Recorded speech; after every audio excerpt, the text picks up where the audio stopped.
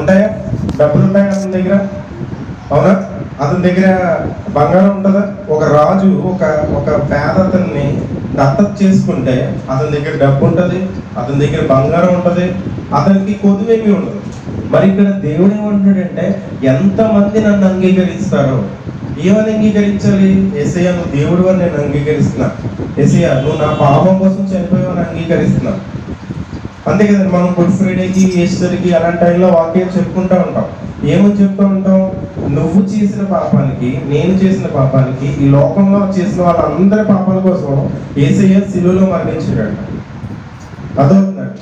So ఈ లోకంలో మనకి చాలా మంది దేవుళ్ళు అని చెప్పుకుంటున్నారు, మేము దేవుళ్ళు అని చెప్పుకుంటున్నారు. కానీ యేసు ప్రభు దేవుడు అయింది నేను మనిషిని అని చెప్పుకున్నాడండి. అంతేకాదు, మనం ఫర్ ఎగ్జాంపుల్ ఒక క్రియేటర్, ఒక సృష్టికర్త కనుక అతను ఉంటూ ఉంటే అది ఎలా ఉండాలి, ఎలా వాడుకోవాలి అనేది చెప్పాలి. అర్థమవుతుందండి. ఒకవేళ ఈ జీవితం ఒకవేళ దేవుడు ఇచ్చుంటే, ఒకవేళ దేవుడే కనుక మనకి ఈ జీవితం ఇచ్చుంటే దేవుడు కూడా చెప్పాలి. ఏమని చెప్పాలి? మనం ఎలా జీవించాలో చెప్పాలి. అంతే కదా. సో అంటే ఇప్పుడు ఇక్కడ ఏం జరిగింది? ఒరిజినల్గా ధనవంతుడు తనకి ఇష్టం వచ్చినట్టు సుఖం అనుభవించాడు కానీ కష్టం అనుభవించలే. కష్టం అంటే ఏంటి? సుఖం అంటే ఏంటి? అంటే ఇక్కడ ఒక మాట గుర్తు చేయాలనుకుంటున్నా. అంటే సుఖంగా ఉండటం తప్పు కాదు, కానీ దేవునికి ఇష్టం లేని మార్గంలో అనడం తప్పు. అది తప్పని తెలిసి చేయడం పోతే అది తప్పు. అదవుతుంది. ఇప్పుడు మీరు ఈ వాక్యం వింటున్నారు అంటే సో అది కేవలం దేవుడి ప్రణాళిక. మీరు ఒక్కసారి అబ్జర్వ్ చేసుకోండి. మనం మాత్రమే ఉన్నాం ఇక్కడ, కొంతమంది మాత్రమే ఉన్నాం, చాలా తక్కువ మంది ఉన్నాం. ఓకేనా? బోల్డ్ మంది జనం ఉంటేనంటండి, చాలా మంది జనం ఉంటే దేవుడు అందులో 12 పిలిచాడంట శిష్యులుగా. నువ్వురా. అలాగే ఈరోజు మనల్ని మాత్రమే ఏర్పరచుకున్నాడు కాబట్టి మనం ఇక్కడ ఉన్నాం. అర్థమవుతుందండి. అంటే దేవుడి ప్రణాళిక ఉంది. ఈరోజు మనం మాటలు వింటున్నాము అంటే, ఇప్పుడు మనం వాక్యం వింటున్నాము అంటే కేవలం దేవుని చిత్తం. Without God's will we can't do anything. ఆయన చిత్తం లేకుండా మనం ఏం చేయలేము, ఆయన ప్రణాళిక లేకుండా మనం ఏం చేయలేము, ఆయనకు విరుద్ధంగా మనం ఏం చేయలేము. అవునా కదా? ఒకసారి మీరు అబ్జర్వ్ చేసి చూడండి. లాస్ట్ ఇయర్లో ఎంతమంది బ్రతుకున్నారు? ఈ సంవత్సరం జనవరి వచ్చేటికి ఎంతమంది బతుకున్నారు? అర్థమవుతుందండి. అంటే మనకి ఈ క్షణం మనం బ్రతుకున్నాం అంటే ఆయన ఇచ్చిన కృప. ఇంకా మనకి టైం ఇస్తున్నాడు. ఎందుకు? మనం సరి చేసుకుంటాం, మనం మార్చుకుంటాం. ఒకవేళ మనం కూడా ధనవంతుడు లేక నా ప్రాణమా తిను తాము సంతోషించము అని అనుకుంటున్నామేమో. ఒకవేళ దేవుడి ప్రణాళికలు మర్చిపోతున్నామేమో. సో యేసయ్య మన కోసం చేసిన త్యాగాన్ని మర్చిపోతున్నామేమో. సో ఇక్కడ యేసయ్య ఏమంటున్నాడు? మీరందరూ చేసిన పాపాలకి నన్ను నేను శిక్ష అనుభవించుకుంటున్నాను. అంటే మనం చేతులతో చేసిన పాపానికి ఆయన చేతుల్లో మేకులు కూర్చారు, మనం కాళ్ళతో చేసిన పాపాలకి ఆయన కాలంలో మేకులు కూర్చారు, మనం ఆలోచనలతో చేసిన పాపాలకి సో ఆయనకి శిరస్సుపై ముళ్ళ కిరీటం పెట్టారు. అవునా కదా? అంటే మనము చేసిన పాపాలకి ఆయన మన కోసం శిక్ష అనుభవించాడు. అందుకే మీరు పాట పాడారు, ఎందుకు నన్నింతగా నీవు ప్రేమించితివో దేవా, అందుకు నా దీన స్తుతి పాత్ర, హల్లెలూయా యేసయ్యా. నా పాపము బాప నలరూపివైనావు, నా శాపము బాప నలిగి వ్రేలాడితివి,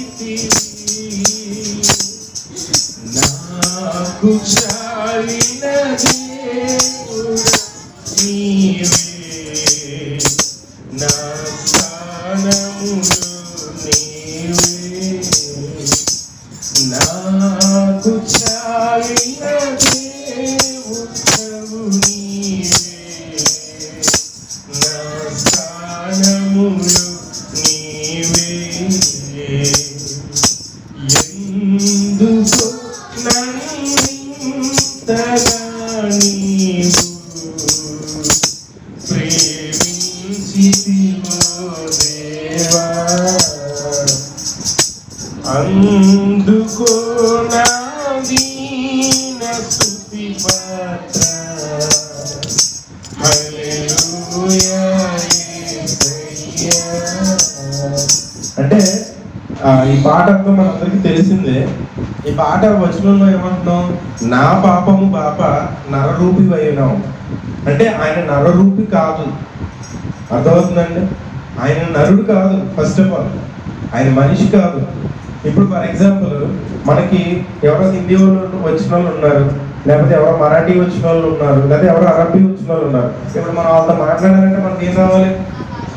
అరబీ రావాలి. ఫర్ ఎగ్జాంపుల్ ఇప్పుడు మనం వెళ్ళి చీమలతో కమ్యూనికేట్ అవ్వాలనుకోండి, లేదా పక్షులతో కమ్యూనికేట్ అవ్వాలనుకోండి, వాటి భాష వాటికే తెలుస్తుంది. మనం వెళ్ళి పక్షులకి ఎలా చేయి అలా చేయి అంటే అర్థం కాకపోవచ్చు. మేబీ కొంచెం అర్థం చేసుకోవడానికి ట్రై చేయొచ్చేమో, కానీ కంప్లీట్గా అర్థం అవుతుంది. ఇక్కడ దేవుడు కూడా ఏం చేస్తున్నాడంటే, సో దేవుడు మన కోసం మనలాగే వచ్చాడు. అంటే పైన కూర్చుని ఇదిగో నువ్వు అలా చేయి, నువ్వు ఎలా చేయి, లేకపోతే అలా చేసేసి ఇలా చేసేసి అని చెప్పట్లా. ఆయన మన కోసం మనలా వచ్చి ఎలా జీవించాలో చూపించి ఇక్కడ ఏమంటున్నారు? నా పాపము బాప నరరూపివైనావు, నా శాపము బాప నలిగి వేలాడదు. అంటే మన మీదకి రావాల్సిన శాపాన్ని, మన మీదకి రావాల్సిన శిక్షని ఆయన భరించాడు. మన కోసం ఆయన అంతగా భరిస్తే మరి మనం ఏం చేస్తున్నాం? ఆయన ఆలోచిస్తున్నామా లేదా? ఆయన గుర్తు తెచ్చుకుంటున్నామా లేదా? సో నా ప్రాణమా తిను తాకుము సంతోషించుము అని అనుకుంటున్నామా? అంటే మనం ఈ లోకంలో ఏం చేసినా సరే దేవుడు అయితే దాన్ని తీర్పులోకి తెస్తాడు. మనం ఇది గుర్తుంచుకోవాల్సిన విషయం. ఇందాక నేను మీకు ఒక విషయం చెప్తా ఆపాను. సో మరి దేవుడికి నచ్చేది ఏంటి అని అంటే, ధనవంతుడు ఏం చేసి ఉండొచ్చు? ఎందుకని దేవుడు ధనవంతుడిని నరకంలో పడేశాడు? ఒకసారి మనం చూద్దాం. ఎఫెసీ 5వ అధ్యాయం చూడండి ఒకసారి. ఎఫెసీలు 5వ అధ్యాయం. సో ఎక్కడి నుంచి చదువుతారంటే 3వ వచనం చూడండి ఒకసారి. మీలో జారత్వమే కానీ, ఏ విధమైన అపవిత్రతయే కానీ, లోభత్వమే కానీ వీటి పేరైనను ఎత్తకూడదు. ఇది పరిశుద్ధులకు తగినది. కృతజ్ఞతావచనమే మీరు ఉచ్చరించవలను. కానీ మీరు భూతులైనను, పోకిరి మాటలైనను, సరసూక్తులైనను ఉచ్చరింపకూడదు. ఇవి మీకు తగవు. వ్యభిచారి అయినను, అపవిత్రుడైనను, విగ్రహారాధికుడై ఉన్న లోభి అయినను క్రీస్తు యొక్కయు దేవుని యొక్కయు రాజ్యమునకు హక్కుదారుడు కాడని సంగతి మీకు నిశ్చయంగా తెలియదు. అంటే ఎందుకు ధనవంతుడు దేవుని రాజ్యానికి హక్కుదారుడు కాలేకపోయాడంటే, ఎందుకు కాలేకపోయాడంటే లోభి అయి ఉండొచ్చు, విగ్రహారాధికుడు అయి ఉండొచ్చు, ఓకేనా? మేబీ అపవిత్రత, ఏ రకమైన అపవిత్రత అయినా ఉండుండొచ్చు. ఇప్పుడు డబ్బులు ఉన్న వాళ్ళు ఎవరైనా మంచిగా ఉండే ఛాన్స్ ఉందంటారా? సో డబ్బులు ఉండే వాళ్ళు ఎవరైనా, సో మన దగ్గరకు వచ్చి డబ్బులు బాగా ఉన్నాయనుకోండి, మనం దేవుడి మాట వింటామా? మనం ఇంటనే ఇక్కడ కూర్చుంటామా? మన బిజినెస్ ఉంటే మనం ఇక్కడ కూర్చుంటామా? కానీ ఇక్కడ దేవుడు ఏం చేస్తున్నాడంటే, ఎందుకని అతన్ని నరకంలో పడేశాడంటే దానికి కారణం ఏంటంటే, తన ఎదురుగా ఒక ఎత్తుంటే తను ప్రేమించలేకపోయాడు, తనకి సహాయం చేయలేకపోయాడు. అంతేకాదు ఇంకో విషయం ఏంటంటే, ఏదో రకమైన అపవిత్రత అయినా మరి మనం నిర్దోషులం అయ్యే ఛాన్స్ ఉందంటారా? మనం అంటే ఇప్పుడు దాకా నేను ఏ పాపం చేయలేదండి, నేను ఏ తప్పు చేయలేదండి, నేను చాలా మంచివాడినండి అనేవాళ్ళు ఎవరన్నా ఉన్నారా? ఎవరు లేరు. అంతే కదా. మనం మామూలుగా మనం ఏమనుకుంటాం, నేను ఏ తప్పు చేయలేదండి, నేను ఎప్పుడు ఏ పాపం చేయలేదండి అని అనేవాళ్ళు ఎవరైనా ఉంటే కనుక బైబిల్లో ఒక మాట చెప్తున్నారు ఏంటంటే, సో పాపము లేని వాళ్ళు ఎవరూ లేరు, అందరూ పాపలే. ఓకేనా? ఎందుకని మనం పాపులు అంటున్నాం అంటే, మనం చెయ్యని తప్పు లేదు కదా. మనం అబద్ధాలు మాట్లేదా, మనం దొంగతనాలు చేయట్లేదా, మనం బూతు మాటలు మాట్లేదా, మనం కోపట్లేదా? అవును కదా. మన చుట్టూ ఉన్న వాళ్ళతో మనకి అన్ని రకాల విరోధాలు లేవా? అవును కదా. మనం ఎన్ని తప్పులు చేస్తున్నా దేవుడు ఒక ఛాన్స్ ఇస్తున్నాడు. ఏంటో తెలుసండి, ఒకసారి యోహాను 5వ అధ్యాయం చూడండి. ఒకసారి యోహాను 5వ అధ్యాయం 24వ వచనం ఒకసారి చదవండి. నా మాట విని నన్ను పంపిన వాని యందు విశ్వాసం ఉంచువాడు నిత్య జీవం గలవాడు, వాడు తీర్పులోనికి రాక మరణంలో నుండి జీవంలోనికి దాటి ఉన్నాడు. అర్థమవుతుందండి? అంటే ఇక్కడ ఏమంటున్నాడు?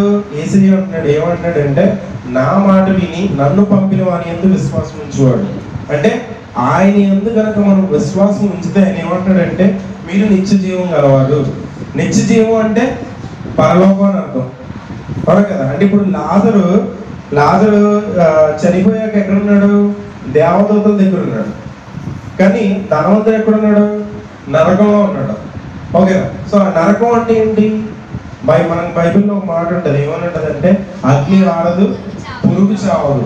మనం ఫర్ ఎగ్జాంపుల్ కొంచెం మంట వస్తుంది అనుకోండి, అక్కడ ఒక పురుగుని పెట్టాం అనుకోండి, ఎంతసేపు బతుకుంటుంది? అది వెంటనే చచ్చిపోతుంది, అవును కదా. కానీ అక్కడంట తట్టుకోలేనంత అగ్ని ఉంటుందంట. అంత అగ్నిలో అక్కడ అగ్ని ఆడదంట, పురుగు చావదంట. అంటే యాతన తప్పదనమాట. ఇప్పుడు ఫర్ ఎగ్జాంపుల్ మీరు ఎప్పుడైనా కాలిపోయిన వాళ్ళని ఎప్పుడైనా చూడండి.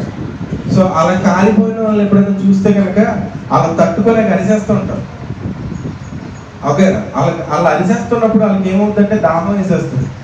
అటువంటిది యుగ యుగాలు కాలిపోయే పరిస్థితులు ఉంటాయండి. ఎప్పుడో తెలుసా ఆయన అంగీకరించినప్పుడు, ఎప్పుడో తెలుసా ఆయన ప్రకారం మనం జీవించినప్పుడు, ఆయనకి ఇష్టంగా మనం జీవించినప్పుడు. సో మన పేరు జీవ గ్రంథంలో ఉండదంట. అదే ఒకవేళ కనుక మనం ఏసయ్య నేను నా పాపాలు ఒప్పుకుంటున్నాను, నా కోసం నువ్వు చనిపోయావు, నా కోసం నువ్వు వచ్చావు, నేను ఇక నుంచి నీకు ఇష్టంగా జీవించాలనుకుంటున్నాను అని కనుక మనం ప్రార్థన చేయగలిగితే ఆయన ఏమంటాడంటే యోహాను 30వ అధ్యాయంలో 12వ వచనంలో ఏమనంటదంటే తన అందరూ అంగీకరించారు వారికి అందరికీ తన నామమునందు విశ్వాసం ఉంచిన వారికి దేవుని పిల్లలకు అగుటకు ఆయన అధికారం అనుగ్రహించును. మరి ఈయన ఎప్పటి నుంచి ఉన్నాడు, ఎక్కడ ఉన్నాడు, ఏం చేస్తున్నాడు అని అంటే కనుక ఆది యందు వాక్యం ఉండును, వాక్యము దేవుని యందు ఉండును, వాక్యమే దేవుడై ఉన్నాడు. అంటే మనం చదువుతున్న వాక్యమే దేవుడై ఉన్నాడు. ఆ దేవుడే ఒకసారి మనం 14వ వచనం చదివితే ఆ వాక్యం శరీరధారి అయి కృపా సత్య సంపూర్ణుడిగా మన మధ్య నివసించును. తండ్రి వలన కలిగిన అద్వితీయ కుమారుని మహిమ వలె మనం ఆయన మహిమను కలిగి ఉంటుంది. అంటే ఆయన శరీరుడిగా ప్రత్యక్షం అయ్యాడంట, మన కోసం వచ్చాడంట. ఎప్పటి నుంచి ఉన్నాడంట? స్టార్టింగ్ నుంచి ఉన్నాడంట. ఆయన ఏం చేస్తే మనకి నరకం తప్పిస్తాడంట? నా మాట విని నన్ను పంపిణీ అని యందు విశ్వాసం ఉంచితే వాడు తీర్పులోనికి రాక మరణంలో నుండి జీవంలోనికి దాటి వెళ్ళాడంట. మరి మనం ఇక్కడ ఉన్న వాళ్ళు ఎంతమంది మనం జీవంలోకి దాటి ఉన్నాం? దేవుడు చేయమంటున్న పని ఏంటి? మనల్ని ఏమన్నా మెట్లు ఎక్కమంటున్నాడా, చెప్పులు లేకుండా నడవమంటున్నాడా, లేకపోతే కూరగాయలు తినండి అంటున్నాడా, అన్నం తినద్దు అంటున్నాడా? చేయమంటున్న ఒకే ఒక పని ఏంటో తెలుసండి, యేసయ్యను అంగీకరించమంటున్నాడు. యేసయ్యను అంగీకరించడం అంటే చాలా తేలికైన విషయం అనుకుంటారేమో. సో ఈ లోకంలో మీరు ఏ మతంలోకైనా మారండి, ఎవరికి ఇబ్బంది ఉండదు. మీరు ఏ దేవుడినైనా నమ్ముకోండి, ఎవరికి ఇబ్బంది ఉండదు, ఎవరికి ఏ బాధ ఉండదు. కానీ మీరు యేసు ప్రభువుని నమ్ముకుంటారని చెప్పండి, వాళ్ళు అదలా చూస్తారు. ఎందుకో చెప్పమంటారా? క్రైస్టియానిటీ అంటే అదేమి, క్రైస్తవ్యం అంటే అది అంత ఈజీ థింగ్ కాదు. అదొక పూలబాట కాదు. కొంతమంది బయట చాలా మంది మాలలు వేసుకుని తిరుగుతారు, అయ్యప్ప మాలని, ఇంకా సంథింగ్ భవానీ మాలని, ఇలాంటి మాలలు వేసుకుంటారు. అవి ఎన్ని రోజులు ఉంటాయి? కొన్ని రోజులే ఉంటాయి. కానీ మరి క్రైస్తవ్యం అనేది కనుక మనం ధరిస్తే, అంటే మనం క్రీస్తుని ధరిస్తే మన జీవితకాలం మనం క్రీస్తులాగే ఉండాలి. అంటే యేసయ్యకి ఇష్టంగా ఉండాలి. అలా ఉండకపోతే ఏమవుతుందంటే ఇక్కడ మనకి ధనవంతుడే ఎగ్జాంపుల్. అలా ఉండలేదు కాబట్టి ధనవంతుడు ఎక్కడున్నాడు? నరకంలో ఉన్నాడు. సో నరకంలో ఉండి ఏమంటున్నాడు? లాజరు తన వేలు కొనను ముంచి ఆ చుక్కని తన నోట్లో వేస్తే చాలంట. అంటే ఎంత యాతన పడుతుందో ఒకసారి అర్థం చేసుకోండి. ఒకవేళ కనుక మనకి తెలియదు, మన రోజు ఎప్పుడో మనకి తెలియదు, అంతే కదా. సో ఈ రోజు ఉన్నవాడు నెక్స్ట్ రోజు ఉండడో తెలియదు, ఈ మినిట్ ఉన్నాడు నెక్స్ట్ మినిట్ ఉండడో తెలియదు. అది ఇందాక నేను మెసేజ్ స్టార్టింగ్లో ఒక పాట పాడా. సో ఏమన్నా ఏ క్షణమో తెలియదు మన జీవితం అంతం, ఈ క్షణమే చేసుకో యేసు సొంతం. ఎందుకంటే మనం ఎంత పెద్ద ధనవంతులమైనా సరే, ఎంత పెద్ద డబ్బు ఉన్న వాళ్ళమైనా సరే, ఎంత పెద్ద బలం ఉన్న వాళ్ళమైనా సరే, సో ఏదో ఒక రోజున మనకి అంతం ఉంది.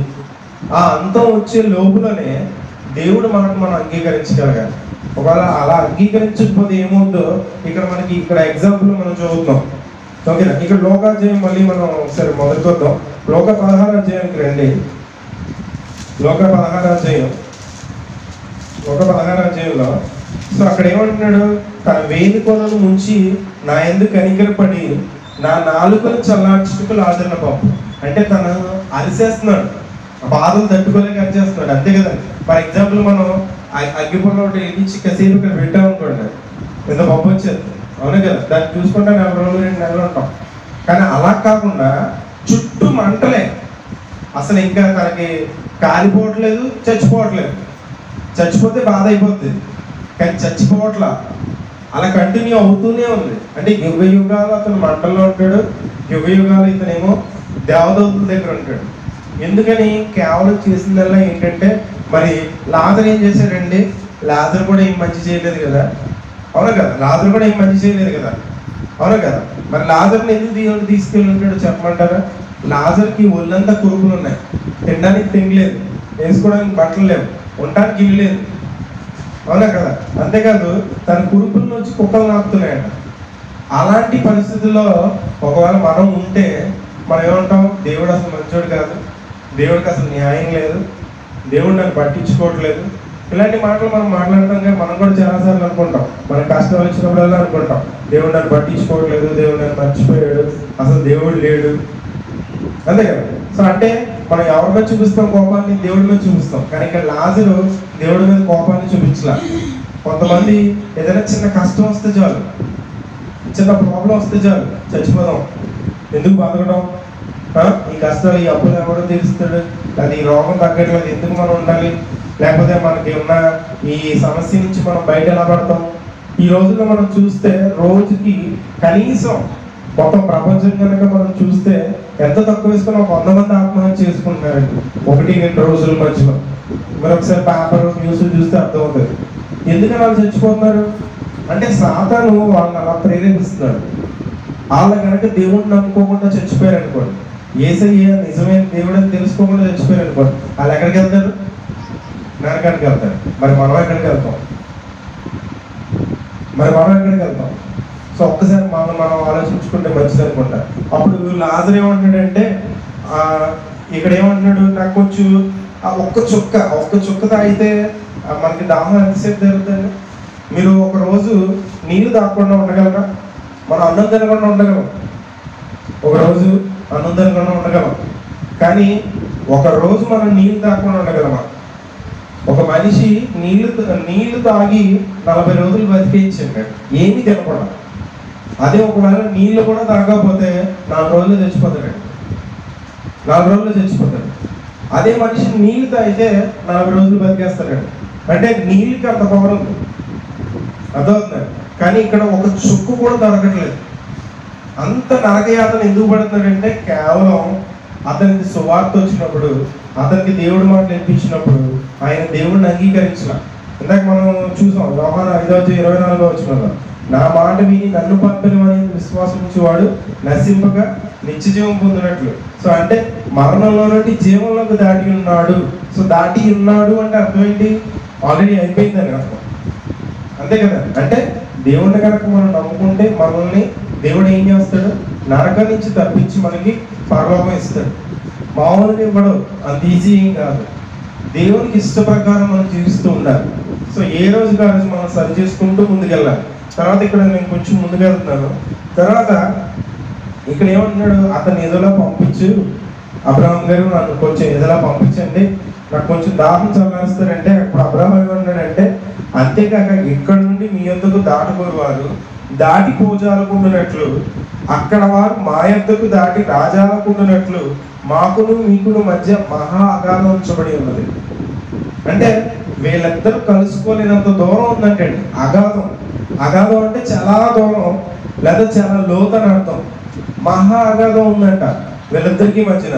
కాబట్టి అక్కడ నరకంలో ఉన్న వాళ్ళు అక్కడే ఉంటారు, ఇక్కడ పరలోకంలో ఉన్న వాళ్ళు ఇక్కడే ఉంటారు. వీళ్ళిద్దరి మధ్యన చాలా గ్యాప్ ఉంది, అంతేకాదు. అప్పుడైతే అతను ఏమన్నాడంటే, అబ్రహాం గారు నాకు ఇంకా 5 సహోదరులు ఉన్నారండి, వాళ్ళు కూడా నాకులాగే జీవిస్తున్నారు, నాకేంటి, నాకు ఉన్నంతకాలం తినేస్తా, నాకు ఉన్నంతకాలం బతికేస్తా, చాలు, నా వరకు నేను హ్యాపీ, అంతే. నేను ఎందుకు దేవుడిని నమ్ముకోవాలి, నేను ఎందుకు దేవుడి మాట వినాలి, అంతే కదా. సో ఇలా ఇంకా అతనికి 5 సహోదరులు ఉన్నారంట. అంటే వాళ్ళు కూడా యుద్ధంలాగే ఉన్నారు. అంటే అతనికి ఏమర్థమైపోయింది? నేను నరకంలో ఉన్నాను, అంతే కదా, నా తర్వాత నెక్స్ట్ వచ్చేవాళ్ళు ఎవరు? నా సహోదరులు. కాబట్టి అక్కడ ఏమని అడుగుతున్నాడు? వారును ఈ వేదనకరమైన స్థలములకు రాకుండా వారికి సాక్ష్యం ఇచ్చుటకే నా తండ్రి ఇంటికి వారిని పంపించవాలని నిన్ను వేడుకొనిచున్నాడు. ఎవరిని పంపించమని అడుగుతున్నాడు? నన్ను పంపించు, నేను వెళ్తానంటున్నా, లాజర్ను పంపించండి అని అడుగుతున్నాడు. అంటే కనీసం నా బ్రదర్స్ అయినా హ్యాపీగా ఉంటారు, నేను ఇక్కడ ఎలాగా బాధపడుతున్నాను, అంతే కదా. ఇప్పుడు ఇక్కడ ఉన్న వాళ్ళు, మన ఇంట్లో ఉన్న వాళ్ళు ఎంతమంది రక్షించబడ్డారో మనకు తెలియదు, ఎంతమంది యేసుని అంగీకరించారో మనకు తెలియదు. కానీ ఒకవేళ కనుక అంటే మన ఇంట్లో వాళ్ళైనా సరే, మన పిల్లలైనా సరే, లేకపోతే మన తల్లిదండ్రులైనా సరే, ఎంతమంది అయితే దేవుణ్ణి అంగీకరిస్తారో వాళ్ళు మాత్రమే వెళ్తారు. సో అందుకే బైబిల్ ఒక మాట ఉంటుంది, నేనే మార్గము, నేనే సత్యము, నేనే జీవమునై ఉన్నాను, నా ద్వారా తప్ప ఇంకెవరును తండ్రి యొద్దకు రాడు అని ఉంటారు. అంటే మనం పరలోకం వెళ్ళాలి అంటే ఒకే ఒక్క దారి ఏంటంటే యేసుప్రభు ఒక్కడే. ఓకేనా? అయితే నాకు సహోదరులకు చెప్తాడంటే కనీసం లాజరులకు చెప్తాడు. లాజరులు ఏం చెప్తాడు? బాబు నువ్వు ఎప్పుడైనా మంచిగా ఉండు, దేవుడికి ఇష్టంగా నువ్వు మార్చుకోకపోతే నువ్వు ఎక్కడికి వెళ్తావు? నరకానికి వెళ్తాం, అంతే కదా. అక్కడ ఎలా ఉంటుంది? కనీసం నీకు వాటర్ కూడా ఇవ్వదు, ఒక చుక్క కూడా దొరకదు. ఓకేనా? ఎలా ఉంటుంది నీ పరిస్థితి అని చెప్పడానికి, సాక్ష్యం ఇవ్వడానికి ఎవరిని వెళ్ళమంటున్నాడు? లాజర్ని పంపించమంటున్నాడు. అందుకు అబ్రహాం ఏమంటున్నాడంటే, వారి యొద్ద మోషే ప్రవక్తలు వారి దగ్గర ఉన్నారు. మోషే ప్రవక్తలు వారి దగ్గర ఉన్నారంట. అంటే ఎవరి దగ్గర ఉన్నారు? వాళ్ళ సహోదరుల దగ్గర ఉన్నారు. అంటే ఇప్పుడు కూడా మన చుట్టూ చాలా మంది ఉన్నారు, చాలా మంది వాక్యం ప్రకటిస్తున్నారు, అవునా కదా. మన రోజు వాక్యం వింటానే ఉన్నాం. యేసుప్రభు దేవుడు అనే మాట ప్రతి ఒక్కరు రోజుకు ఒకసారైనా చెప్తున్నారు. సో అంటే ప్రతి ఒక్కరు చెప్తున్నారు యేసే దేవుడు అనే విషయం అందరూ చెప్తున్నారు, కానీ వినట్లేదు. ఇప్పుడు ఇలా వినకపోతే ఏమవుతుంది అంటున్నాడంటే, వారి దగ్గర మోషే ప్రవక్తలు వాళ్ళు ఉన్నారు, వారి మాటలు వింటారులే మీ సహోదరులు అని చెప్తున్నాడు. అందుకు మళ్ళీ ధనవంతుడే ఉన్నాడంటే, తండ్రివైన అబ్రహామా అలా కనవద్దు, మృతుల్లో నుండి ఒకడు వారి యొద్దకు వెళ్ళిన ఎడ్ల వారు మారు మనసు పొందుదురు. అంటే చనిపోయిన ఈ లాజరు వెళ్ళి, బాబు నేను పరలోకంలో ఉన్నాను, మీ అన్నయ్య ఏమో, మీ బ్రదర్ ఏమో నరకంలో ఉన్నాడు, మీరైనా మంచిగా ఉండండి అని కనుక చెప్తే మాట్లాడేమో అని తన ఆశ. కానీ ఇక్కడ ఏమంటున్నాడు అబ్రహాం? ఏమంటున్నాడు? ఒకవేళ మోషే ప్రవక్తలు కనుక, మోషే అలాగే ఇంకా ప్రవక్తలు వీళ్ళ ప్రకటించిన మాటలు వినని వాడు మృతుల్లో నుండి ఒకడు వెళ్ళినా కూడా అది మాటలు కూడా నమ్మారట. ఇప్పుడు మన చుట్టూ చాలా మంది చూడండి, మీరు యేసుప్రభు దేవుడు అని చెప్పండి, యేసుప్రభు మంచోడు అని చెప్పండి, వాళ్ళకి వినబడదు, అర్థం కాదు, వాళ్ళు అర్థం చేసుకోలేరు. ఎందుకు అర్థం చేసుకోలేరు చెప్పంటారా? బైబిల్లో మాట ఉంటుంది, ఏమనుంటుందంటే, సాధారణంట నిజమైన దేవుడు ఎవరో తెలుసుకోకుండా వాళ్ళ చేతికి అడ్డు పెడతారంట అలా. అప్పుడు యేసయ్య నిజమైన దేవుడు అనే విషయం వాళ్ళకి అర్థం చేసుకోలేరు. మీరు ఎంతగా చెప్పండి వాళ్ళు వినరు. అర్థమవుతుందండి? మీరు యేసు ప్రభు తప్ప రిమైనింగ్ వాళ్ళు ఏదైనా ఇష్టపడతారు, కానీ ఒక యేసు ప్రభుని ఇష్టపడలేరు. సో అందుకే ఇక్కడ ఏమంటున్నాడు?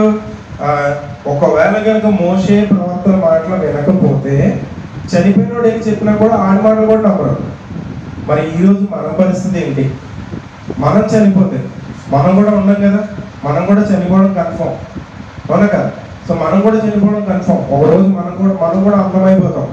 కానీ అయితే ఇది కన్ఫర్మ్, కానీ మనం ఎక్కడ ఉంటాం అనేది మనం ఒకసారి డెసిషన్ తీసుకోవాలి. ప్రతిసారి మనకు దేవుడు టైం ఇవ్వడు. నేను రేపు మారుతానండి, నేను ఎల్లుండి మారుతానండి, నేను అన్నీ మానేసరికి మారుతానండి, ఏమో వీ డోంట్ నో. మన టైం ఎప్పుడు అయిపోతుందో మనకు తెలియదు. మన దగ్గర సమయం ఉండగానే, మనలో ప్రాణం ఉండగానే మనం ఆయన అంగీకరించాం. అర్థమవుతుందండి? సో ఒకవేళ మరి ఇప్పుడు ఉన్న వాళ్ళు మనం ఎంతమంది యేసుని అంగీకరించాం? ఎంతమందిని యేసుని అంగీకరించాం? ఇప్పుడు మీకు ఈ వాక్యం వినబడుతుంది అంటే దాని అర్థం ఏంటంటే యేసే మనతో మాట్లాడతారంటే లెక్క. ఒకసారి మీరు ప్రకటన 3వ అధ్యాయం చూడండి. ఒకసారి ప్రకటన 3వ అధ్యాయం 20వ వచనం. ప్రకటన 3వ అధ్యాయం 20వ వచనం మనందరికీ తెలిసిన వాక్యం ఇది. తట్టుచున్నాను, ఎవడైనా నా స్వరం విని తలుపు తీసిన యెడల నేను అతని యొద్దకు వచ్చి అతనితో కూడా నాతో కూడా అతను భోజనం చేయను. అంటే మన హృదయం అనే తలుపు దగ్గర యేసు ఏం చేస్తున్నారంటే తలుపు కొడుతున్నాడంట. అంటే ఇప్పుడు మనం ఈ మాటలు వింటున్నామంటే మనం ఎవరు మాట్లాడుతున్నట్టు మనతో? యేసయ్య మాట్లాడుతున్నాడు. మరి మన తలుపు తీసి, మన హృదయం అనేది తలుపు తీసి యేసయ్యని ఆహ్వానిద్దామా? ఒకసారి మనం కళ్ళు మూసుకుని ప్రార్థన చేసుకుందాం. యేసయ్యకి ఒకసారి చెప్దాం. ఒకసారి అందరూ కళ్ళు మూసుకోండి, చిన్న ప్రార్థన చేసుకుందాం. అందరూ ఒకసారి నోర్లు విప్పండి, అందరూ ప్రార్థన చేద్దాం. యేసయ్య మమ్మల్ని మార్చండి, మమ్మల్ని కాపాడండి. యేసయ్య మా కోసం సిలువలో చనిపోయిన గొప్ప దేవుడు అయ్యా నువ్వు. మా కోసం ఇలా ప్రాణత్యాగం చేసిన దేవుడు అంటూ ఎవరు లేరు. మనం చేసిన పాపాలు ఎన్నైతే ఉన్నాయో అన్ని పాపాలు కనుక ఆయన ముందు మనం ఒప్పుకోగలిగితే, ఆయన రక్తంలో, ఆయన కార్చిన పరిశుద్ధ రక్తంలో కనుక మన పాపాలు ఒప్పుకోగలిగితే ఆయన కడగడానికి సిద్ధంగా ఉన్నాడు. మరి మనం సిద్ధంగా ఉన్నామా? ఒక్కసారి యేసయ్య దగ్గరికి వచ్చి ఒకసారి కనుక మనం ఆయన ఎంతమంది అంగీకరిస్తే అంతమందిని ఆయన దేవుని పనుల కింద అధికారం అనుగ్రహిస్తాను అంటున్నాడు. నా స్వరం విని ఎవరైనా తలుపు తీస్తే అతని దగ్గరికి నేను వచ్చి ఉంటాను అంటున్నాడు. సో వీ డోంట్ నో మన టైం ఎప్పుడైపోతుందో మనకు తెలియదు. మనలో ప్రాణం ఉన్నంత వరకు మాత్రమే మనకి సమయం ఉంటుంది. ఒకవేళ ధనవంతుడిలాగా మనం కూడా నా ప్రాణమా తిరుము తాగుము సుఖించుము అనేటట్టుగా ఉన్నామా? వాళ్ళ దేవుడిని మర్చిపోతున్నామా? దేవుడికి ఇష్టం లేనట్టుగా ఉంటున్నామా? దేవుడికి ఇష్టమైన విషయాలు మన జీవితంలో ఎన్నో ఉంటున్నాయి. సో ఇందాక మనం చదివాం. సో మీలో జాగ్రత్త ఉండకూడదు, మీలో ఏ అపవిత్రత ఉండకూడదు, మీలో ఏ లోపత్వం ఉండకూడదు, పనికిరాని మాటలు, పోకరి మాటలు, బూతు మాటలు ఏమీ ఉండకూడదు. ఇది పరిశుద్ధులకు తగినదే అనే మాటలు మనం చదివాం. యేసయ్యని అడుగుదాం, ఒకసారి గట్టిగా అడుగుదాం. యేసయ్య నాలోనికి రండి, యేసయ్య నన్ను మార్చండి, యేసయ్య నిన్ను దేవుడని అంగీకరిస్తున్నాను, యేసయ్య నీకు ఇష్టంగా ఉంటాను, యేసయ్య అని చిన్న ప్రార్థన చేయగలిగితే ఆయన మనల్ని రక్షించడానికి సిద్ధంగా ఉన్నాడు. చిన్న ప్రార్థన చేసుకుందాం. మహాపరిశుద్ధుడైన మా ప్రియమలకు తండ్రి, నీకు వాళ్ళ స్తోత్రాలు నా ప్రభువా. ప్రభా తండ్రి, ఇప్పుడు వరకు ప్రభు మీరే ప్రభు నాయందని మాట్లాడారని నమ్ముతున్నాము ప్రభువా. తండ్రి ఇప్పుడు దాకా మీరు చెప్పిన వాక్యాలను బట్టి మీకు స్తోత్రాలు నా ప్రభువా. తండ్రి విన్న ప్రతి మాటని ప్రభువా తండ్రి మా హృదయంలో పదిలపరుచుకోగలిగే భాగ్యాలను దయచేయండి. సాధారణ ప్రభువా తండ్రి విత్తిన తండ్రి వాక్యాన్ని ఎత్తికెళ్ళకుండా ప్రభువా తండ్రి విన్న వాక్యాన్ని ప్రభు నూరంతలుగా ఫలించగలిగే భాగ్యాన్ని దయచేయండి. తండ్రి నీకు ఇష్టమైన బిడ్డలుగా ఉండడం మనకు నేర్పించు. నీకు ఇష్టం లేని వాటికి దూరంగా ఉండడానికి సహాయం తెచ్చేయండి ప్రభు. తండ్రి నేను ఎంతమంది అయితే అంగీకరిస్తారు ప్రభు వారిని అందరినీ ప్రభు తండ్రి నీ బిడ్డలుగా స్వీకరిస్తానన్నారయ్యా. తండ్రి కూడా నా ప్రతి బిడ్డని ప్రభు మార్చండి, ప్రతి బిడ్డని రక్షించుకోండి ప్రభు. ప్రతి బిడ్డ పేరు ప్రభు పేరు ప్రభు నిశ్చితమైన ప్రభు జీవ గ్రంథంలో రాయండి ప్రభు. తండ్రి ప్రభు మేమన్నా తెలిసి తెలియక తండ్రి నీకు అయిష్టంగా జీవించుంటే తండ్రి ప్రభు మాలో ఉన్న ప్రభు తండ్రి అవిధేయతను తొలగించి ప్రభు నీకు ఇష్టమైన బిడ్డలుగా ఉంటా మాకు నేర్పించమని తండ్రి ప్రభు మేము అందరం కలిసి ఇలా ప్రే చేసుకున్న కోసం మరొకసారి ఇమ్మని తండ్రి ప్రభు విన్న వాక్యాన్ని ప్రభు ప్రకారం ప్రభు మేము జీవించగలిగే భాగ్యాలు దయచేయమని పర్లా పొందనేసి నేను వేడుకుంటున్నాను తండ్రి. ఆమేన్.